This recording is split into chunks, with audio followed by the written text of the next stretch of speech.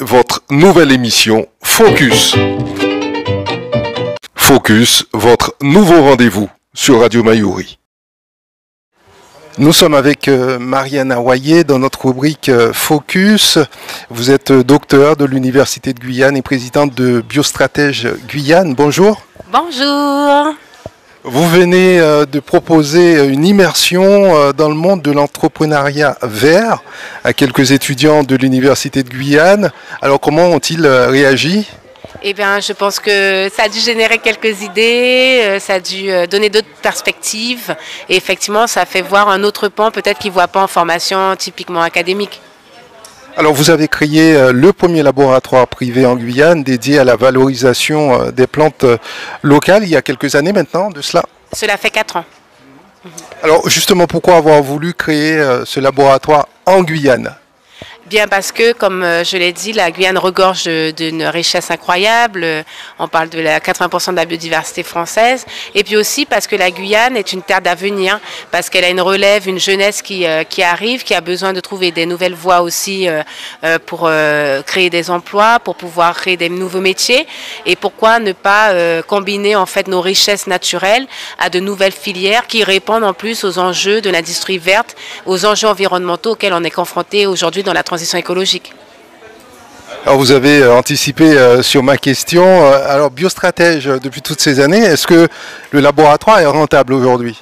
Alors le laboratoire, non, il n'est pas encore rentable, c'est une start-up, on est en phase d'investissement encore. Au bout de 4 ans, c'est des équipements de laboratoire, des équipements industriels pour pouvoir être capable demain de produire. Donc beaucoup d'investissements au départ pour atteindre comme les autres, en fait comme un modèle de start-up classique, on va dire, à la 5e, 6e année, un équilibre budgétaire.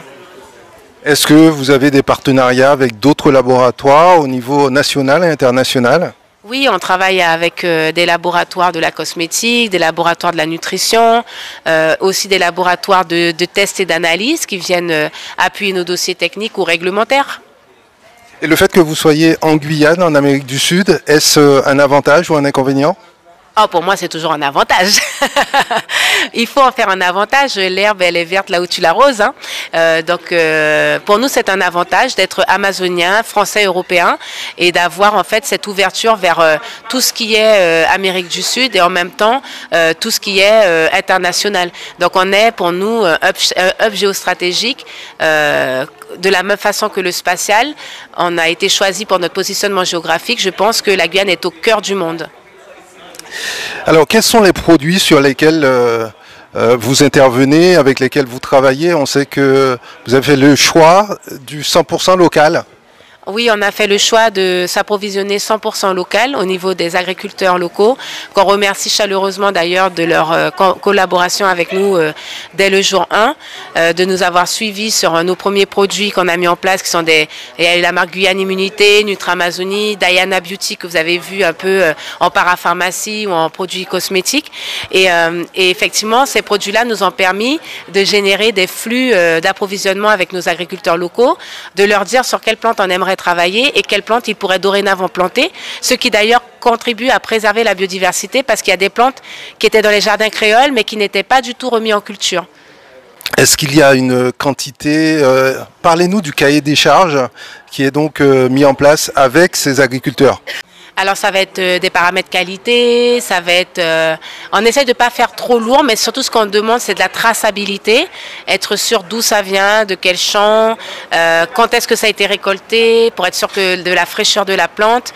On va demander aussi, par exemple, certains paramètres qualité qui sont en lien avec les analyses chimiques que nous, on a fait en laboratoire. Donc ça peut être la couleur du fruit, la dimension du fruit, etc. etc. Alors, l'exercice qui vient de se dérouler tout à l'heure, c'est-à-dire... cette conférence que vous avez donnée à ces étudiants, est-ce que c'est quelque chose que vous faites assez souvent ? Est-ce que ça fait partie de l'ADN de votre laboratoire ? Oui, je pense que depuis que je suis en Guyane, vous avez vu pas mal d'interventions. J'essaye de quand même partager ce que je souhaite entreprendre, ce que j'ai mis en place. Notre vision pour la Guyane, on essaie de la partager avec les étudiants, on essaie de la partager avec le public dans sa globalité. On a mis en place des masterclass où les gens viennent voir des données exclusives de notre laboratoire pour en savoir plus sur nos plantes locales. et repartent gorgés d'informations qui leur permettent de mieux choisir avec quoi ils vont se nourrir, qu'est-ce qu'ils vont mettre aussi sur leur peau et choisir des produits locaux, en fait valoriser le produit local encore une fois. Donc oui, je fais un maximum d'interventions. Après, je suis une chef d'entreprise, donc je dois aussi me concentrer sur le fonctionnement de l'entreprise. En tout cas, on fait de notre mieux. On voit des photos circuler sur les réseaux, notamment LinkedIn. Vous bougez énormément, vous participez à de nombreux salons. Ça fait partie du job? Ça fait partie du job aussi pour convaincre aussi nos marchés qu'on ait l'avenir, qu'on ait la solution alternative verte qu'ils recherchent, qu'on ait la green tech française, européenne et qu'on a ça dans notre ADN en Guyane, qu'on peut être de très haute qualité en Guyane et qu'il faut faire valoir donc en se déplaçant et allant vers eux pour apporter la bonne nouvelle. Biostratège, ce sont combien de collaborateurs? À date, c'est 9 collaborateurs, des guerriers et voilà une petite équipe mais qui fait avec des petits moyens, qui fait des grandes choses. Quelles sont vos ambitions? Lever des fonds.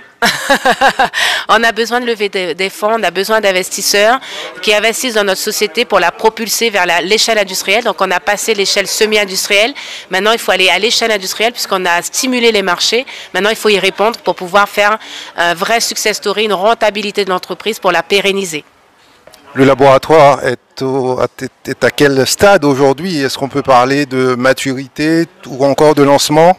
On a passé, on va dire, la première phase d'amorçage et on est en phase de croissance.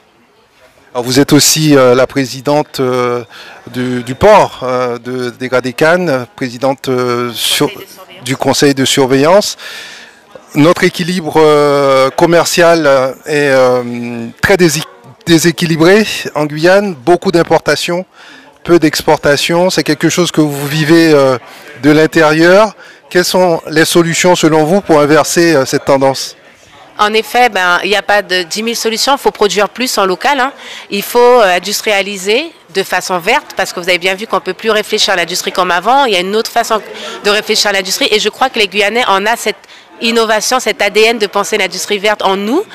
Alors je crois qu'on peut vraiment sans risque se lancer dans l'industrialisation de notre territoire, mais avec une stratégie verte, en ligne avec tous les éléments de la transition écologique. Et en même temps, oui, il faut rééquilibrer pour qu'on puisse exporter, parce que sans ça, on ne peut pas être compétitif sur les marchés internationaux et on ne peut pas pérenniser nos modèles.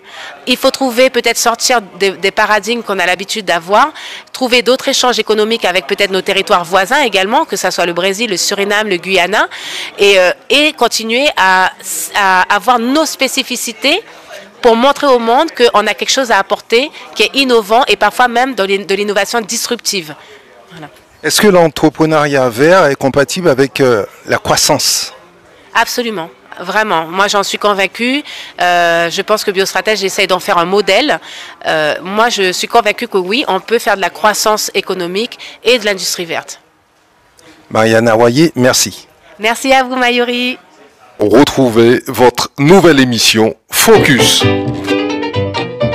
30 minutes pour mieux comprendre l'actualité en Guyane et découvrir les acteurs de notre territoire.